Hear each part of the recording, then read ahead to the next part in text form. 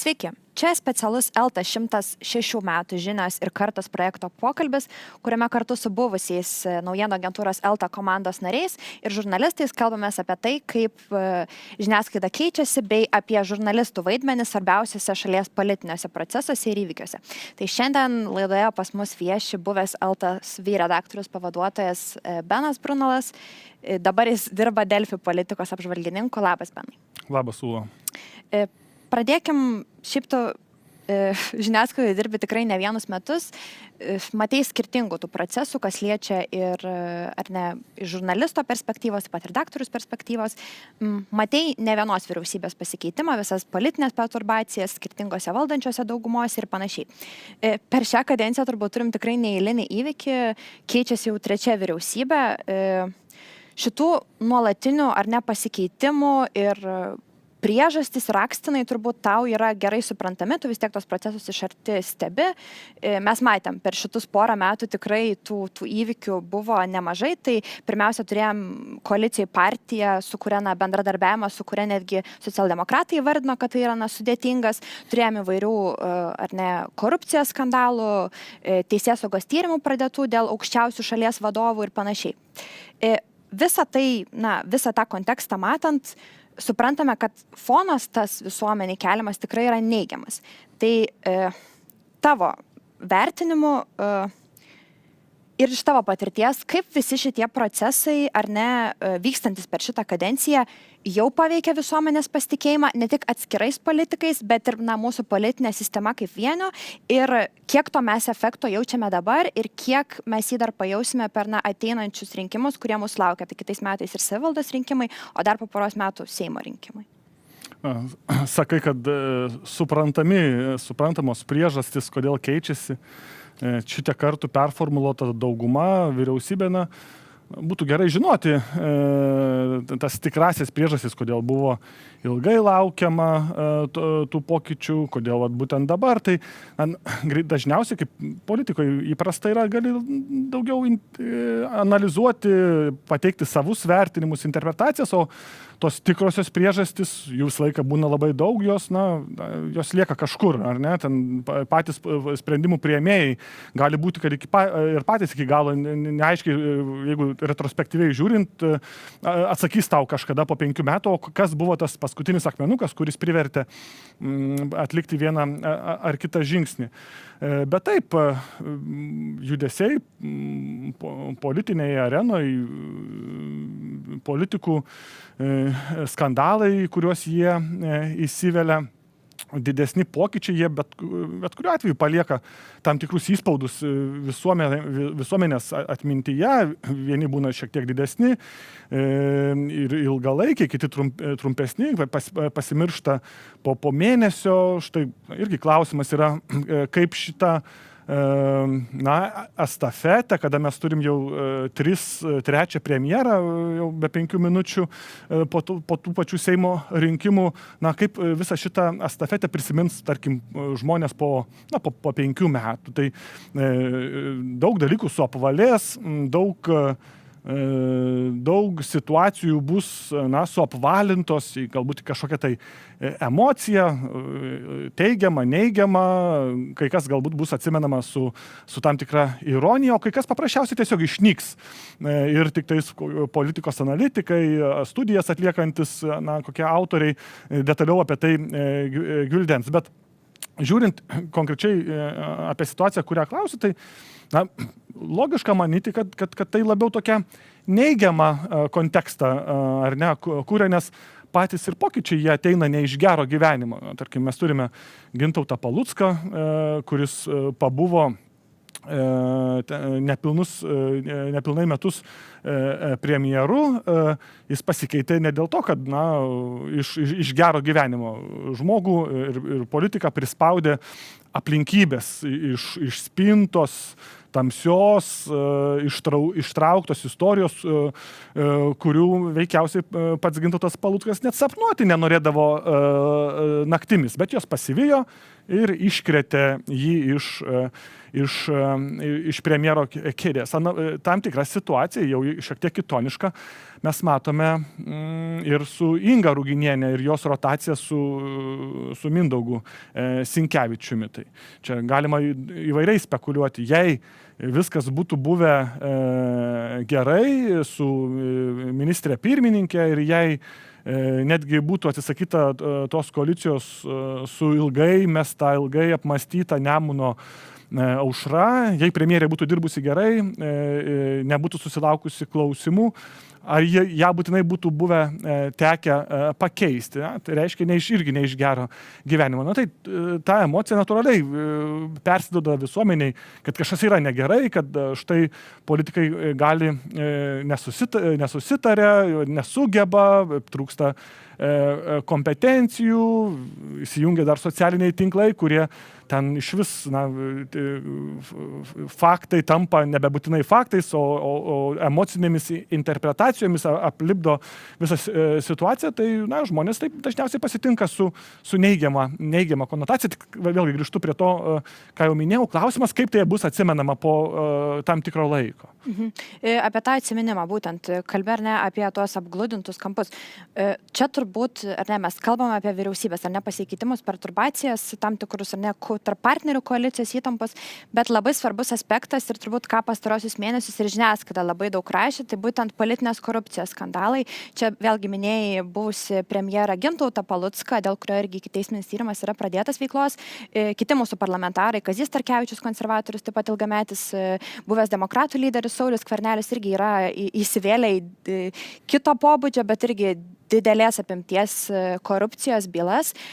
Šito aspektų norėčiau paklausti, kaip tu manai, čia turbūt apie tas korupcijos bylas dar truputį plačiau pašnekėsim, bet užsikabindant ar ne dabar už to, kiek tokie korupcijos skandalai perspektyvoje žmonės atrodo įsimena, nes mes matom skirtingų pavyzdžių įvairiose valstybėse, toj pačioj, nežinau, Slovakijoje turbūt geriausias pavyzdys, kai premjeras Fico sugrįžo į valdžią po to, kai prieš irgi buvo pradėti ikiteisminiai tyrimai, pas jis irgi buvo kaltinamas, dar ten buvo rimtesni kaltinimai dėl dalyvavimo nusikalstamose grupuotėse ir panašiai. Pas mus galbūt tas šiek tiek kaltinimų laipsnis yra mažesnis, bet vis tiek atrodo, kad visuomenė po kiek laiko šiek tiek niveliuojasi tas bendras vaizdas. Ir tai, bendroje perspektyvoje turbūt kelia iššūkių, nes ilgalaikį perspektyvoje turbūt, kad žmonės galvoja, kad štai visi politikai, nežinau, įsivėlė kažkokias istorijas. Tai va tavo manimų po kelių metų, ar prisimins visą tai, tas istorijas, korupcijas, apie kurias mes kalbam dabar žmonės? Taip, faktas, kad šitos pačios paminėtos istorijos jos taps tokiu bendra vardikliu, visi politikai yra kažkokie. Bet, irgi labai įdomus klausimas, ar kaip bus, tarkim, vienas ar kitas paminėtas politikas prisimenamas po kažkiek tai laiko. Tai, nes mes turime pavyzdžių, tą patį Gintautą Palucką, kuris, kaip sakyti, ne pirmą kartą tokiuose kontekstuose yra minimas ir įsivėlęs, ta garsioji žiurkių, ar ne, byla ir pasižiūrėkit, štai netgi po tokio skandalo, po tokios juodos dėmės ant baltos, gal šiuo atžvilgiu raudonos politiko munduros, tai jį buvo tarsi ir praskalbta, ir išplauta. Politikas tapo premjeru, užėmė patį aukščiausią, vieną iš aukščiausių valstybėje postų. Turime ir daugiau istorijoje situacijų, tą patį Vytenį Andriukaitį, kuris galbūt skirtingai negu Gintautas Paluckas, ar ne, jis išsiskalbė ir teisinė prasme tas jam inkriminuotas nuodėmes, kurios buvo padarytos ir grįžo į didžiąją politiką. Nebūtinai į valstybės vadovo postus, bet vėlgi tapo vienu iš aktyvesnių politikų, gavo pozicijas europinėse struktūrose ir panašiai. Tai ir viskas yra matyti įmanoma, tai dažnai yra viešoje erdvėje pasigirstama, kad, suprask, čia yra nuosprendis tam pačiam Sauliui Skverneliui.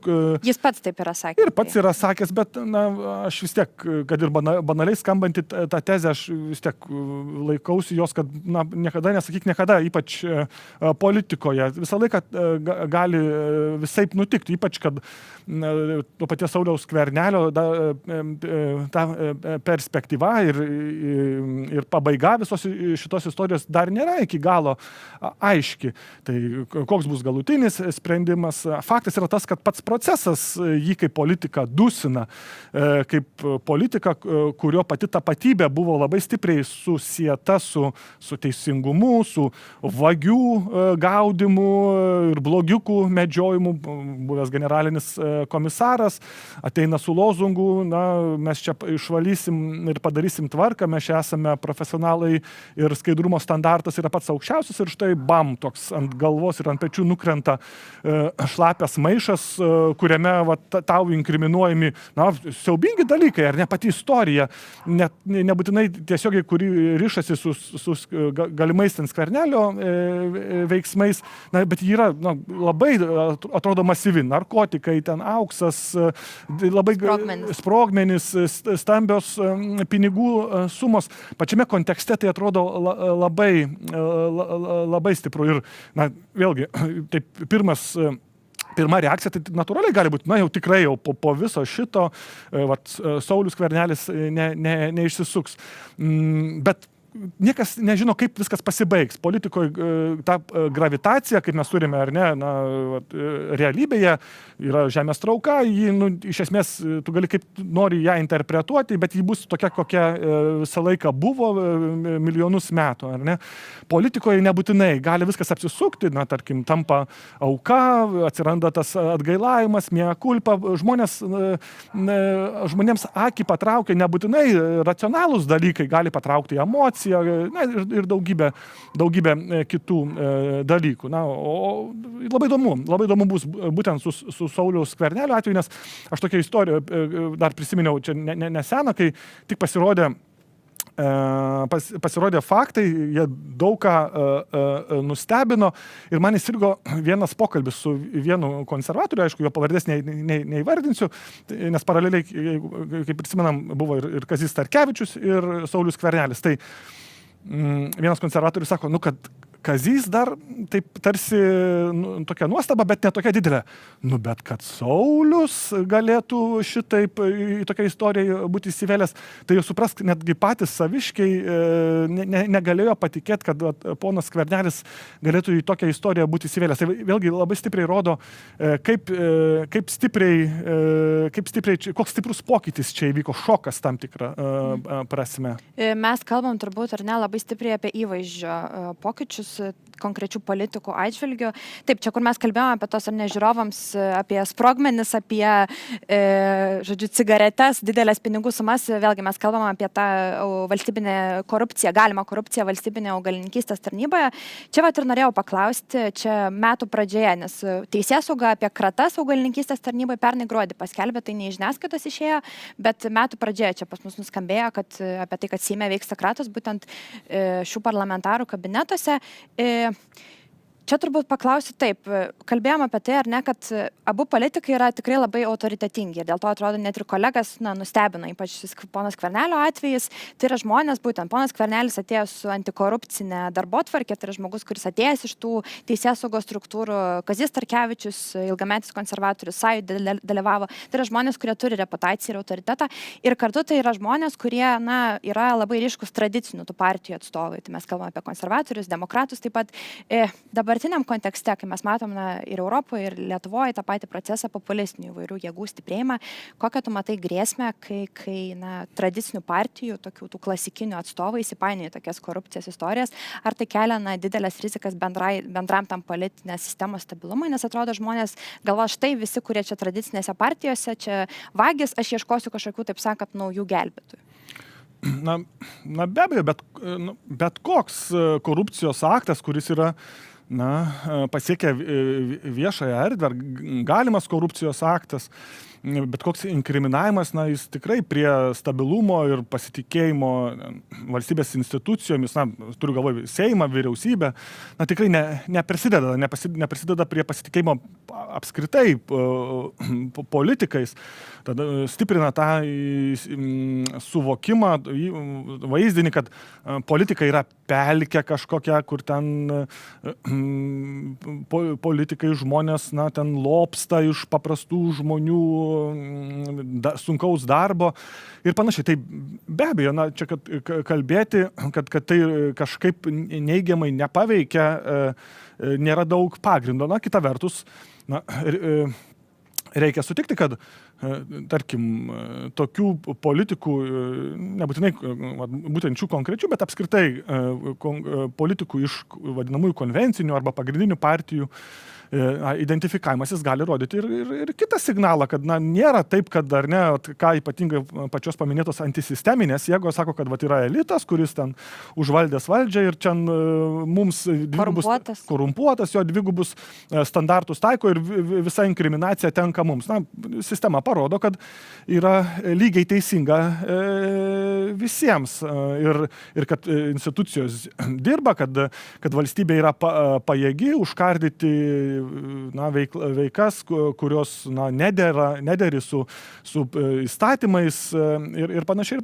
Tai čia yra tokia, dvi pusės. Tai, bet vėlgi faktas, kad visuomeniai, toj masėse, nėra taip tokios situacijos racionalizuojamas. O, žiūrėk, kaip gerai pagavo, o mes čia galim pasidžiaugti, kad institucijos efektyvios. Dažniausiai tai turi neigiamą kažkokį signalą ir pirmiausia prisiminimą. Mes kalbėjom, kad faktai dažniausiai eigoje išnyksta, tu nebeprisiminsi, ką ten blogo padarė vienas ar kitas politikas, tu netgi kalbant apie vyriausybės ar premjerus, tu daug dalykų nebeprisiminsi, daug krizių, kurios kilo ir kur atrodytų savaitę vien tik apie tai kalbėjo, tu nebeprisiminsi. Prisiminsi tik kažkokius labai subendravardiklintus, labai tokius stiprius dalykus. Va, Kubilius ten pensijas atėmė, ten kažkas kažką kitą. Tai, kas kelia stiprias emocijas. Labai stiprias emocijas, ar ne? Tokie dalykai lieka prisimenami. Tai... Čia mes vis per aplinkų ar ne kalbam apie pasitikėjimą, pirmiausia pasitikėjimą politiniais institutais. Čia šių metų demokratijos tvarumo barometras nerodo tokių džiuginančių tendencijų, bet čia tiek Lietuvoje, tiek pasaulyje šiaip bendrai. Naujausios apklausos rodo, kad gyventojai iš tikrųjų mažai pasitikė politiniam partijom, čia kiek mažiau negu 20% visų respondentų. Taip pat šitų metų reitingai rodo, kad sumenko pasitikėjimas ir vyriausybė tiek Seimo ir kad pirmą kartą nebėra nei vienos tokios politinės institucijos, kurią lietuviai labiau pasitikėtų nei nepasitikėtų, nes nukrito ir prezidentūros kaip prezidento kaip institucijos vertinimas. Čia ir klausiu, ar tu pritartum teiginiui, kad dabar Lietuvoje išgyvenam tam tikrą tradicinių politinių institutų autoriteto pirmiausia krizė ir tuomet kiek prie tos krizės tiesiogiai arba netiesiogiai prisideda žiniasklaida. Nes atrodo visam tam ar ne politinių perturbacijų procese ir žiniasklaidai turbūt tenka nemažai kirčių, kad mes galbūt nušvečiam ne taip arba galbūt per daug ieškome sensacijų arba tam tikrų dalykų nepariškinam arba ten labai selektyviai išrenkam tam tikras naujienas. Tai va tavo manimu per tą krizės aspektą ar ne ir kiek prie to žiniasklaida prisidėjo? Labai sudėtingas klausimas, jis daug veiksnių turi. Viena vertus, tu gali gal taip žiūrėti į šitą problemą, kad kažką institucijos daro prastai, kad jomis nebepasitikė ir panašiai. Realybėje, matyt, yra daug priežasčių. Aš galbūt netgi Lietuvos neišskirčiau. Man atrodo, apskritai mes gyvename dabar pasaulyje tokiame periode, kur įvyksta tokios perkainojimai apskritai pačios politikos, apie ką yra politika. Mes skirtingais laikmečiais turėjom skirtingus apskritai suvokimus, ką turi daryti politikas. Vienu metu tai būdavo, tarkim, ten labai racionalus darbas, kad tu turi būti vos ne politikas ekonomistas, skaičiuoti ten ir panašiai. Dabar mes galbūt į tokį labiau šou elementų perspektyvą įeiname ir panašiai. Aš galbūt, tų veiksnių yra daug, kodėl nepasitikėjimas didėja institucijomis ir politikais, bet aš išskirčiau vieną, kuris galbūt nėra, kaip sakyt, galbūt pats svarbiausias, bet sakyčiau vienas iš svarbesnių, tai yra antisisteminių jėgų, ir po to mes persim prie žiniasklaidos, pratęsiu mintį, bet antisisteminių jėgų atakavimas apskritai konvencinės politikos ir jos logikos. Tam tikras vyksta, mano manimu, tai yra labai akivaizdu Jungtinėse Amerikos valstijose, kai anksčiau konkuruoti sugebėję ne karo sąlygomis arba sugebėję konkuruoti, bet nekariauti, politikai staiga pereina į karo stovį. Jeigu anksčiau politikas buvo konkurentas, su kuriuo tu ginčijiesi ir nesutinki, bet kartu parodai, kad žmonėms, kad jis irgi yra žmogus, ar ne, jis irgi yra politikas, ir jeigu jis laimėjo rinkimus, tai gerai, pakentėkim, palaukim, ateis mūsų eilė ir mes padarysime geriau, tai dabar ta logika keičiasi, pereina į karo stovį, oponentas tampa nebe konkurentu, o priešu, kurį reikia naikinti, kurį reikia negerbti, kurio negalima pasitikėti. Tai tam tikrų obalsių pakankamai stiprių mes pastarosius kelis metus taip pat matėme. Yra politinių jėgų, kurios buvo ir valdančioje struktūroje, kurios, iš esmės pakeitė politiko kalbėjimo, ir logiką, ir atsisakė bet kokio santūrumo, kad yra tam tikros ribos, kurių tu negali peržengti. Pavyzdžiui, negali sakyti, kad politikas yra priešas, ar ne? Dabar logika šiek tiek pasikeitė. Politikai tampa priešų. Tai yra svarbu tąja prasme, kad visuomenė pradeda matyti tam tikrus politikus kaip priešus, einančius prieš juos, nusiteikusius blogo siekiančius ir panašiai. Tada tu įeini į karo stovį ir stabilumas kaip toks, jis pradeda trupėti, birėti ir, suma sumarum, nepaisant tos trumpalaikės naudos, kurios galbūt ir gauna tos antisisteminės jėgos, nes jos išsiskiria, jos generuoja emociją, jos užkrečia šitą emociją visuomenę, gauna didelį matomumą. Tai ta trumpalaikė nauda tokia labai siauram ratui, tai konkrečiai politiniai jėgai ar konkrečiam politikui, bet ilgalaikėje perspektyvoje mes matome tam tikrą eroziją sistemos atžvilgių. Visuomenė pradeda trupėti, pradeda didėti jos susiskaldimas ir panašiai. Ir čia atsiranda žiniasklaida kaip veiksnis, kas ir už Atlantėje labai panašu, tampa, kad žiniasklaida praneždama kažkokią naujieną, jeigu jį tau nebepatinka, jeigu vėlgi anksčiau galėdavai tu prieštarauti, ten bandyti argumentuoti, kad tai yra netiesa, tai dabar tiek už Atlanto, tiek Lietuvoje vis dažniau pasigirsta mintis, kad žiniasklaida yra priešas, kad jį dirba, kad tai nebesarginis šuo, o kažkoks tai tarakonas, kuris visiems žmonėms blogo siekia. Ir tai yra labai pavojinga. Tai yra pavojinga ne tik mūsų profesijai, bet apskritai pačiai visuomeniai, nes demokratinė visuomenė, demokratiškai valdoma valstybė be laisvos žiniasklaidos galinčios kalbėti, laisvai kalbėti, kelti problemas, kurios yra pagrįstos, kurios atsiranda. Tai yra apskritai tai pačios sistemos efektyvumą laiduojantis garantas. Neįmanoma veikiausiai be šito darbuotis. Tai gyvename pakankamai sudėtingame, man atrodo, periode ir labai įdomu, kada ir kaip jisai baigsis. Čia būtent irgi užsiminiai vėlgi žiniasklaidos vaidmuo, bet apie tą būtent ilgalaikę ar ne politinės sistemos ir pasitikėjimo bendrai eroziją. Bet čia irgi gal tavo įdomus požiūris, čia turbūt toks uždaras ratas, čia nesuprasi, kas nuo ko prasidėjo. Tu ar ne antisisteminių, kaip sakai, jėgų puolimas tai sistemai ir tradiciniam tam tikrom klasikiniam partijom ir panašiai, ir tom vertybėm, kurios jas propaguoja ir panašiai. Dėl ko tai vyksta? Ar tai yra būtent todėl, kad mūsų dabartinė sistema, kokią mes ją suprantam, ten liberalios demokratijos, kaip sakai, tam tikrų visuotinai priimtinų principų ar ne ir vertybių, ji tiesiog yra neveiksminga, nes pasaulis per daug greitai keičiasi, ar tai yra iš kitos pusės, kad mes tarsi esam tokiam bendram rate ir vienas kitą ar ne, tarsi šitas visas procesas skatina iš kitos pusės?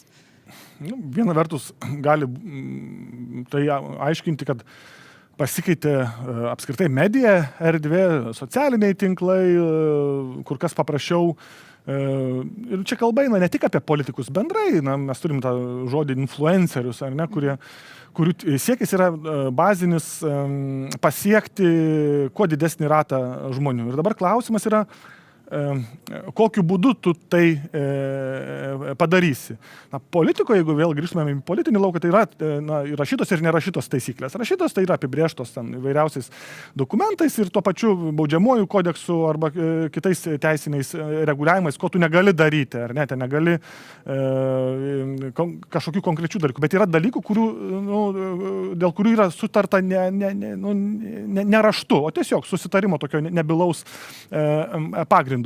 Ir dažnai, peržengus tas nerašytas taisyklės, ką tu pasieki? Tai pasieki išskirtinumą, matomumą, ar ne? Ir dabar prisidedam šitą nerašytų taisyklių pažeidimo faktą ir socialinius tinklus, arba apskritai visą tokią facilituotą erdvę, kada žmogus norėdamas kažką pasakyti, jam nebereikia tenais ieškoti kažkokios tai ten redakcijos ar kažkokios auditorijos, kur būtų ten nufilmuotas, įgarsintas ir išrašytas, jis gali tą padaryti pats. Tai šiame kontekste mes ir matom tam tikrą sumaištį ir vėlgi labai paprasta tą dalyką pajausti, kai tu pasižiūri, kaip informaciniai vienetai cirkuliuoja socialiniuose tinkluose ir konvenciniai žiniasklaidoje, ar ne, ten tikrinama erdvė, žiniasklaida ir tokia anarchija, kur visi gali kalbėti ekstra laisvai ir panašiai. Bet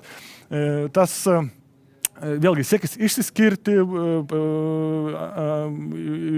iš to tame bendram šurmulingam kontekste, jis gali žmogui, kaip sakyti, gali jį priversti pasakyti dalykų, kurių ne tik, kad jis netiki, bet galbūt netikėjo, kad gali taip pasakyti, bet kai mato efektą, kai surinki daugybę patiktukų ar kažkokių kitokių artefaktų liudijančių, kad tu buvai pamatytas, tada verčia tave daryti dar daugiau, kelti emociją dar labiau.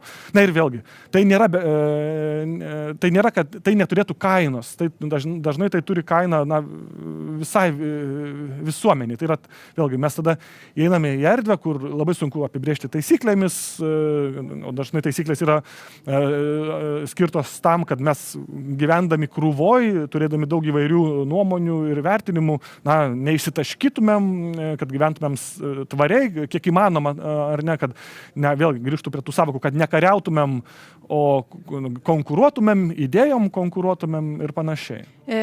Mes vėlgi čia kalbam, ar ne, apie tą emocinį visą foną, kad ir socialiniai tinklai tai skatina jį ir žiniasklaida labai pasigauna ir faktas turbūt pritarsi, kad turi dažnai vyti socialinius tinklus, net virkščiai dažniausiai yra. Ir čia irgi paklausiu truputį grįžtant prie visų mūsų aptartų politinės korupcijos skandalų, ten vyriausybės ar ne tam tikrų klausimų dėl skaidrumo, teisėsaugos tyrimų ir panašiai. Mes matom, kaip tam tikros istorijos ar neišsprogsta socialiniuose tinkluose ir faktas, kad mes tuomet kaip žurnalistai visuomenės interesas toliau domėtis ir, taip sakant, toliau kelti tos klausimus, bet vėlgi kartais sulaukia žiniasklaida klausimų ir tam tikrų priekaištų, kad mes tam tikras istorijas išnaudojam per daug. Tai yra renkamės klikus, o ne kažkokios ar ne substantyvios informacijos pateikiam, kur žurnalistai turbūt iš savo pusės pasakytų, kad taip mes konkuruojam auditorijos prasme su socialiniais tinklais, todėl mums reikia tam tikrų priemonių imtis. Tai va čia paklausiu tavo vertinimu, kur yra ta riba, kai yra ar ne tokie svarbus politiniai procesai, ar ne korupcijos skandalai, kur tai yra tam tikri klausimai, kur iš tikrųjų iš pagrindų gali išjudinti tos visuomenės pasitikėjimo valstybė ir politiniam institucijom pagrindus, kur yra ta riba, kiek mes galim vytis ar ne tų sensacijų ir, sakykime, dėti tas klikbeitinės antraštės ir kiek labiau gilintis, taip sakant, profesinių žargonų, pušinti toliau temą, follow-upinti ją, o kiek tai yra, tam tikrai jau turėtų būti brėžiama riba, kur kartais galbūt ir mes perdedam, bet kaip ją tuomet žurnalistui nustatyti ir atrasti, kur čia yra visuomenės informavimas, o kur tai yra tam tikrų sensacijų, taip sakant, vaikymasis. tą klausimą gerai apibrėžia, visuomenė turi apie tai žinoti, tas klausimas dabar, ką turi apie tai žinoti, apie vieną ar kitą situaciją visuomenė. Kiekviena, vėlgi, situacija yra labai skirtinga. Man atrodo, tu nesugeneruosi kažkokia aiškaus modelio ir mes dabar su tavimi Ūla kalbėdami nubrėžiam kažkokias tai ribas, kurios tiks visoms įvairioms situacijoms. Taip, tą būtų padaryti labai sudėtinga, o galbūt ir neįmanoma. Yra du dalykai, vėlgi, klikbaitai, antraštės ir panašiai. Tai nebūtinai yra tik tais blogas dalykas, čia irgi, aišku, sveiko proto klausimas visą laiką yra svarbus, kad antraštė neklaidintų, bet antraštė turi sudominti, nes visuomeniai, dabartiniai visuomeniai, kada mes turim labai daug informacijos, labai daug vaizdų, labai daug garsų sklindančių iš telefonų, tarkim, pasiekti žmogų su svarbia informacija, tu turi būti atraktyvus. Bet čia aš vėlgi brėžiu tam tikrą ribą, kad tai negali būti padaryta bet kokią kainą, ar ne? Turi įsijungti vėlgi, galbūt tą nerašytą taisyklę, apie ką mes kalbėjom, kad supras, kad tu nebeklaidintum, kad nepadarytum po tos antraštės blogiau negu, ar ne, iš jos neišleidęs ir panašiai. Dabar apie leidžiamą turinį ir naujienų tęsimą, tai jų plėtojimas, įvairiausių kampų ieškojimas, nuomonių ieškojimas, kalbinimas įvairiausių pusių, tam tikrų situacijų didinimas, kas mūsųse dažnai yra kartais pavadinamas ir Santa Barbara. Aš vėlgi žiūriu iš kitos pusės, taip, pakankamai negatyvus kontekstas, bet iš kitos pusės.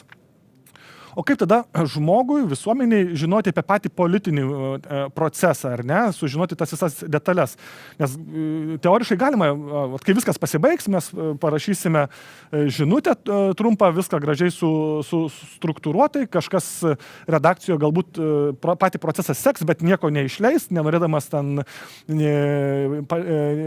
paleisti ne visiškai patikrintos, ta prasme, ne visiškai dar galutinį faktą turinčios informacijos, kad nenorėdamas leisti tam tikrų nuomonių ir tam tikrų ginčų, kurie dažnai yra viešoje erdvėje aprašomi, bet tada mes išjungiame visuomenę iš šito proceso. Mano manimu, visai yra svarbu, kad, tarkim, tiem žmonėms, kuriems yra įdomu, jie turėtų galimybę, tą politinę virtuvę stebėti pakankamai patogiu būdu, tarkim, ar skrolinant telefonus, ar kitokiu būdu skaitant naujienas, patiems susidaryti vaizdą, nes viena redakcija išleis vieną siužetą, kita jį pratęs, papildys kitų siužetų ir tada žmogus, kuris suinteresuotas, matys tokį pilnesnį vaizdą. Tai vėlgi, nėra labai blogai, nebent tada tu jau visiškai nukrypsti į šonus ir pradedi nebe žurnalistiškai, nebesivadovaudamas tuo standartu, kad turi būti patikrinta, patikima ir svarbu leisti tokias naujienas. Vadinasi, ar ne ta konstanta yra visuomenės informavimas, ar ne? Svarbiausia, kad visuomenė galėtų susidaryti tą platų bendrą vaizdą, ar ne? Taip, tai apie tai, man atrodo, ir yra žiniasklaida vienas iš principinių siekinių. Tu turi informuoti žmonės, bet ir aš nelabai stebiuosi, kodėl atsiranda tokių priekaištaujančių, kad štai, žiūrėkit, ką jūs čia rašot, tarkim, ir apie tą patį buvusį socialdemokratų koalicinį partnerį buvo daug keliama klausimų, o kodėl žiniasklaida apie tai rašo, taigi patys saugina, galbūt akivaizdžiai nebūtinai ten gero arba konstruktyvių dalykų siekiančio ten politiko įtaką. Iš kitos pusės, o tai ką, tada visuomenė turi būti atribota, mes tada infantilizuojam visuomenę, jį tarsi gavusi tos informacijos, galbūt nesugebės teisingai jos perskaityti ir supras, bus tiesiog sukurtas matomas politikas, kuris galbūt yra to nevertas. Tokių situacijų, aš manau, ateityje bus irgi labai daug, bet žiniasklaida šitoje vietoje jinai negali įsileisti į tam tikrą politikavimą, ar ne?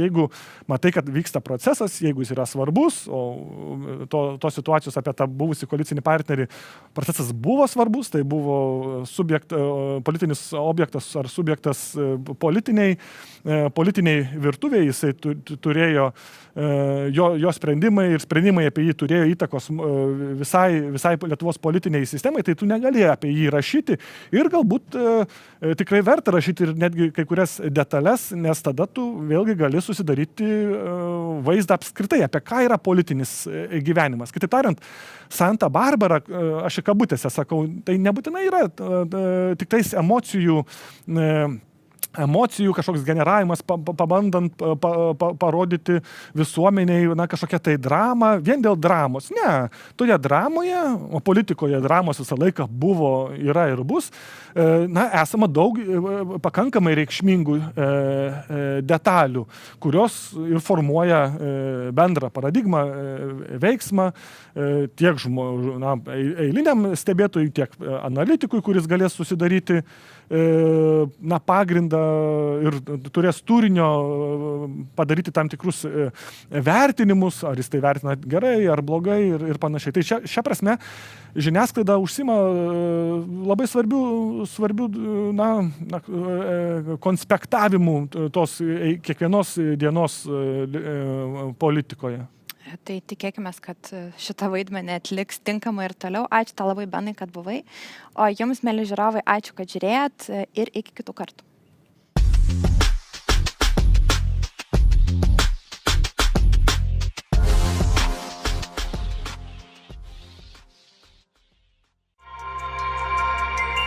Projektą iš dalies finansuoja Medijų rėmimo fondas.